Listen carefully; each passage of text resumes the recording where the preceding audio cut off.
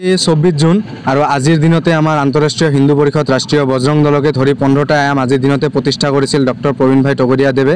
আমাৰ ডক্টৰ প্ৰবীণ ভাই টগৰিয়াদেৱৰ নেতৃত্বত 2018 চনৰ 24 জুন তাৰিখে আন্তঃৰাষ্ট্ৰীয় হিন্দু পৰিষদ লগতে আৰু 15টা আয়াম ৰাষ্ট্ৰীয় বজৰং দলকে ধৰি ৰাষ্ট্ৰীয় ছাত্ৰ পৰিষদ আদি সকলোকে ধৰি 15টা আয়াম প্ৰতিষ্ঠিত হয়।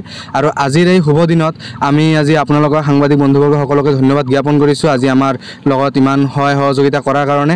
আৰু আজিৰ দিনত আমি যিটো কাৰ্যসূচী লৈছোঁ আমাৰ ৰাইজৰ কাৰণে আমাৰ জনসাধাৰণৰ কাৰণে দিনে নিশাই কাম কৰি থকা আমাৰ প্ৰশাসন বিভাগক আমি আজি আন্তঃৰাষ্ট্ৰীয় হিন্দু পৰিষদ প্ৰতিষ্ঠা দিৱসৰ এই শুভ দিনত সকলোকে আমি অলপ জলপানীৰ ব্যৱস্থা কৰিছোঁ।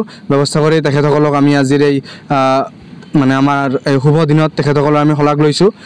আজিৰ এই শুভ দিনতে আমি আমাৰ যি দিনে নিশাই কাম কৰা ৰাইজৰ কাৰণে কাম কৰা প্ৰশাসন বিভাগক আমি আজি আমাৰ আন্তঃৰাষ্ট্ৰীয় হিন্দু পৰিষদ ৰাষ্ট্ৰীয় বজৰং দলৰ তৰফৰ পৰা সন্মান পত্ৰ জ্ঞাপন কৰিছোঁ। আৰু আজিৰ দিনৰ কাৰ্যসূচী আমাৰ এইবোৰে আছিলে। আৰু আগন্তুক দিনত আমি 29 তাৰিখে আমাৰ ৰাষ্ট্ৰীয় ছাত্ৰ পৰিষদৰ তৰফৰ পৰা আমি এটা আৰ্ট কম্পিটিশ্যনৰ আয়োজন কৰি আছোঁ। আৰু আৰ্ট কম্পিটিশ্যন আমাৰ ইণ্টাৰ স্কুল আৰ্ট কম্পিটিশ্যন আমি আয়োজন কৰি আছোঁ।